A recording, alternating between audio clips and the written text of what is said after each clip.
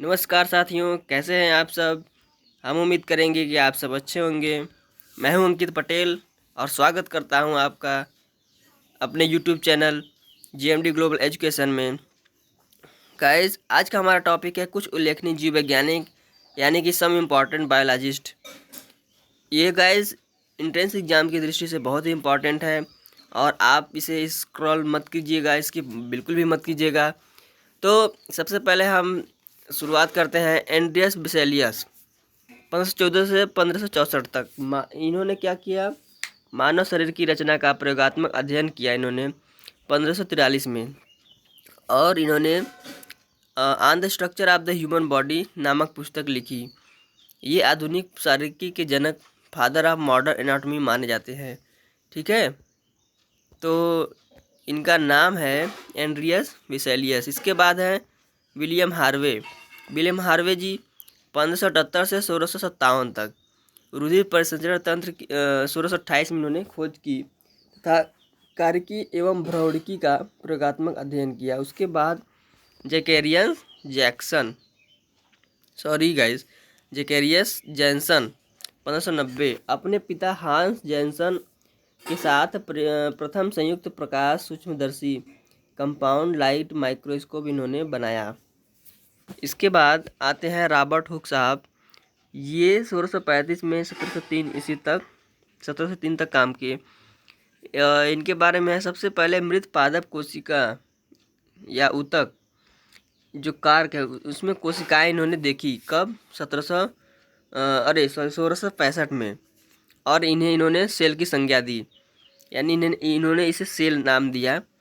तो इन्होंने माइक्रोग्राफिया नामक इन्हें पुस्तक भी लिखी है।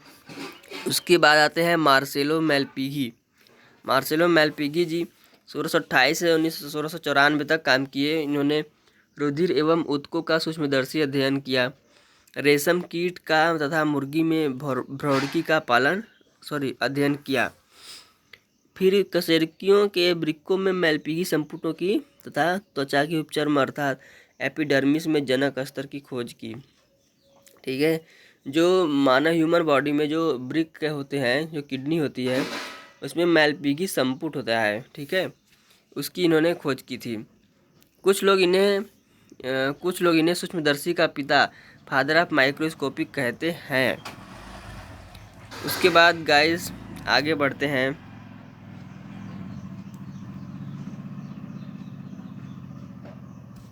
आगे आते हैं 6वें नंबर पे जॉन रे। ठीक है, 6वें नंबर पर आते हैं जॉन रे साहब।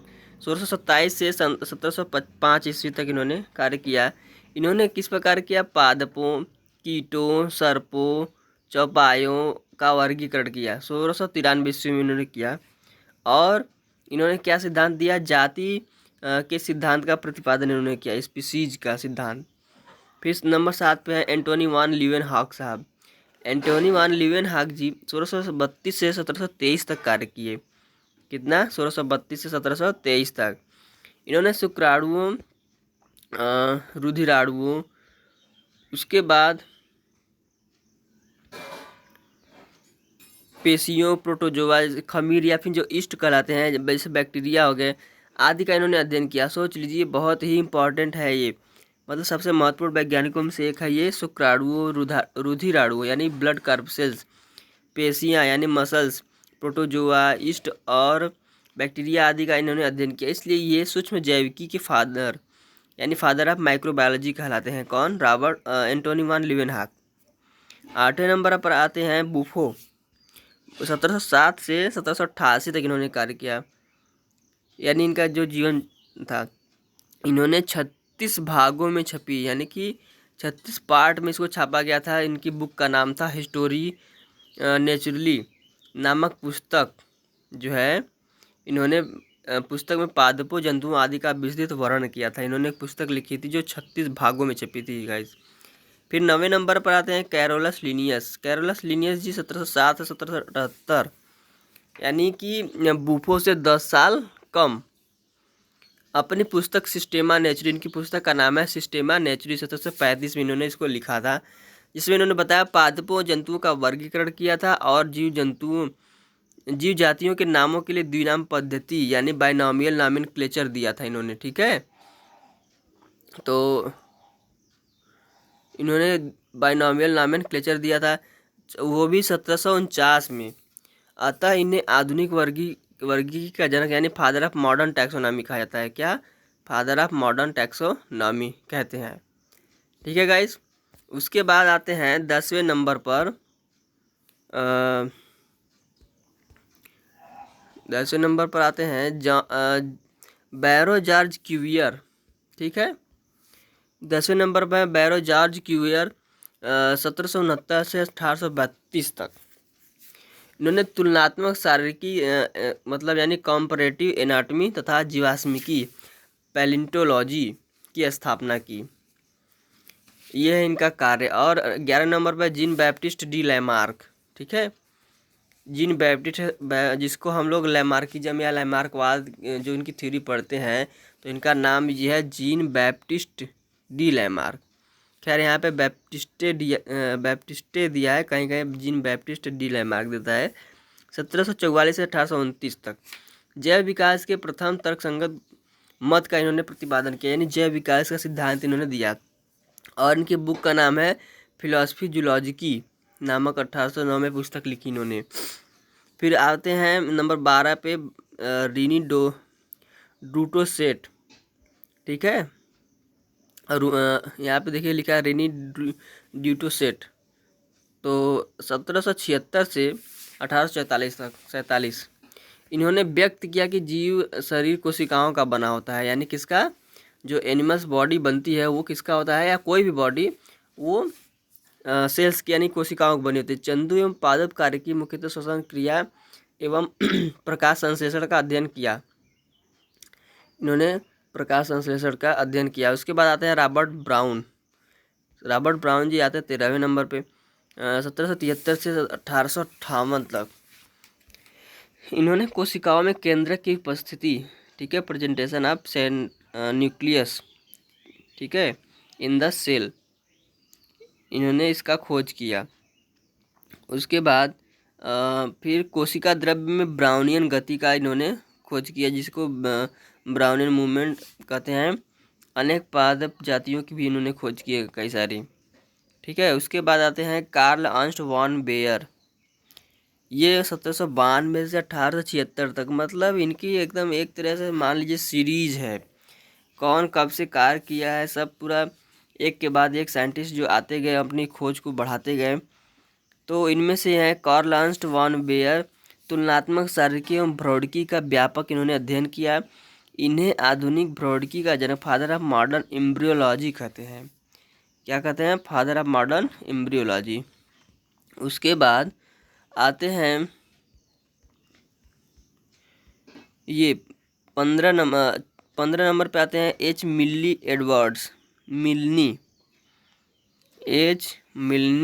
एडवर्ड्स ये 1800 से 1885 तक इन्होंने काम किया। मतलब इनका पूरा जो जीवन काल है, इन्होंने 1800 में जन्म हुआ, 1885 में इनकी डेथ हुई है।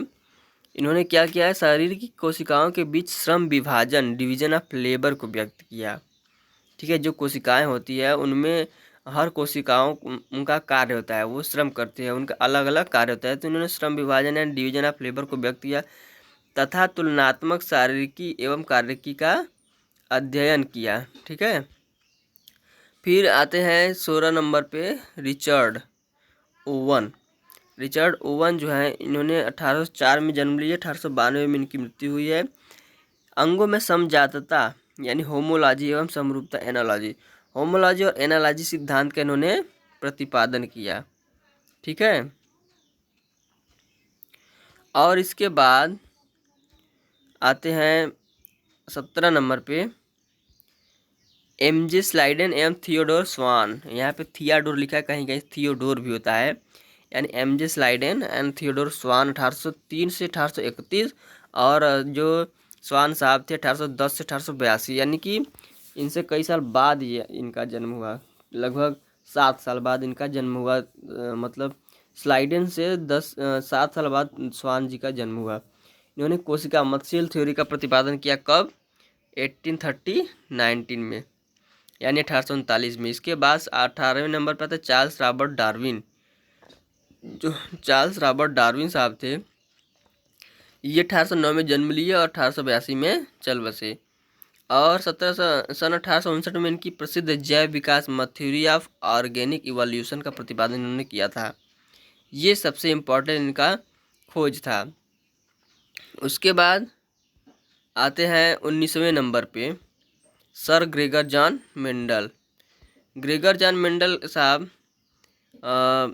इन्होंने 1822 में जन्म लिया और 1884 में चल बसे। और इनकी सबसे बड़ी खोज क्या थी? 1866 में इन्होंने आनुवंशिकी जेनेटिक्स के नियम बनाए, इसीलिए इन्हें क्या कहते हैं, फादर ऑफ जेनेटिक्स कहा जाता है। ठीक है, तो गाइस आज का टॉपिक ख़त्म हुआ, फिर मिलते हैं नेक्स्ट वीडियो में, तब तक के लिए धन्यवाद। लेकिन उससे पहले गाइस हमारी आपसे एक रिक्वेस्ट है कि आप सब अगर हमारे चैनल पर नए हैं तो प्लीज़ चैनल को सब्सक्राइब कर लीजिए और वीडियो को लाइक करके सब्सक्राइब वाला बटन दबाने के बाद ठीक है, आप हमारे चैनल को सब्सक्राइब करके बेल आइकन प्रेस कर लीजिएगा, यही कहना था। तो अक्सर हम कई वीडियो में भूल जाते हैं, तो पसंद आए तो कर लीजिएगा, इसमें कोई बहुत बड़ी बात नहीं है। ठीक है, मिलते हैं नेक्स्ट वीडियो में, तब तक के लिए बाय।